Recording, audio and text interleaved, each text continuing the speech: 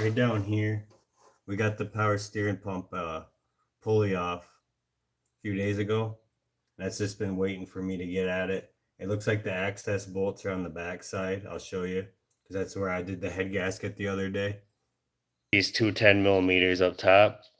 We'll take that off and then basically dump it out.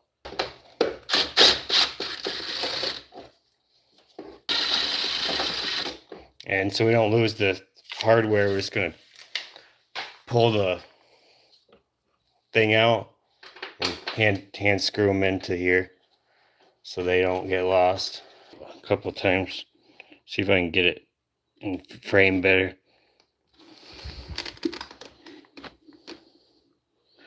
Yeah, that stuff is nasty. No wonder why this thing's not running so good. Like the new stuff does it. I can smell it, man. It's got that funk, you know, that power steering smell, fluid smell. Kind of like gear oil.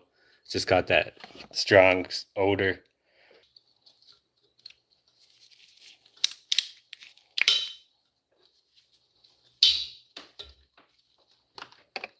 Okay. I'm going to tip it this way so it doesn't start spilling on everything and make a mess. Oh, there we go.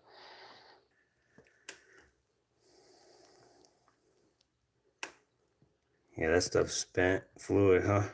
And we're going to go through the doghouse and get the bolts to take this out, because I could see them pretty clearly from the inside.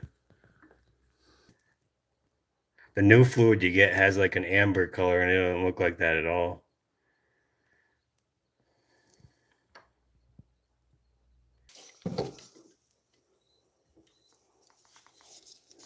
We're just going to twist this rubber hose a little bit to break it free. There, okay. You hear that cracking? That's just broke free from the fluid reservoir. Here we go, it's coming out. Oh. See how it's got like that, like a line in there. And then there's just an open hole. So that's what it looks like on the inside. This thing's all steel, apparently. So we'll set that aside. So you see, straight ahead, that's going to be the back side of the power steering pump that we were just working with. So there's that, it looks like there's a nut, there's a stud with a nut. We're going to take that off. Then you can see there's another power steering line. I'll get a pointer for you. Right here, there's this line that's got to come off. This nut right here on this stud is got to come off. Also, this top line with this clamp, it's got to come off. We'll take it off. And what we're going to do is we're going to make sure we keep these fasteners all central location, away from all the other stuff that's already torn apart, so we're not confusing ourselves. Oh, she's trying to turn. Okay, we got it. Most of the stuff isn't nearly as tight as like your lug nuts, so it's not too bad, unless you live in the Rust Belt. I don't live in the Rust Belt, not anymore. Now that's broken free, we're just gonna put on in my hand like that, so I can just spin it off my hand.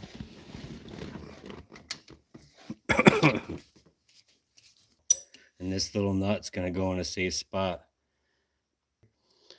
I'm gonna take these hose clamps off, top and bottom. This is the high pressure hose because it's skinnier.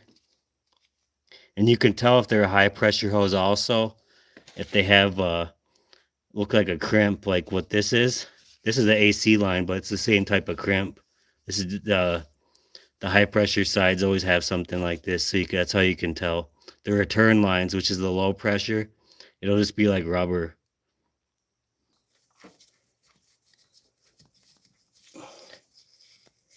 For these kind of clamps, you want one of these special kind of hose clamp removal tools. If you're trying to do it with regular pliers, it's not fun. Okay, so I released the tension off it. Now I can wiggle this hose off. Cool. So they at least indexed it in the right way. Here, see that line?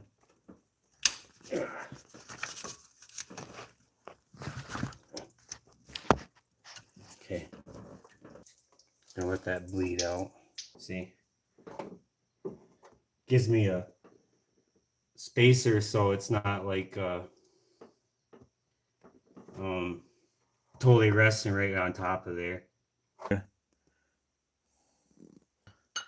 Right here, what we're tapping, that looks like that's the last fastener that's holding up the show on this power steering pump coming out. Test fit it with sockets until we find the one that fits the tightest. We need the thing that's closest to 14. Yeah, okay, I thought it was 9/16. Oh, this works perfect. Dude, they threw a 9/16 in here. It's not metric. So 15's too big. 14's too tight. 9/16 for the win. So something might fit tighter if it's different.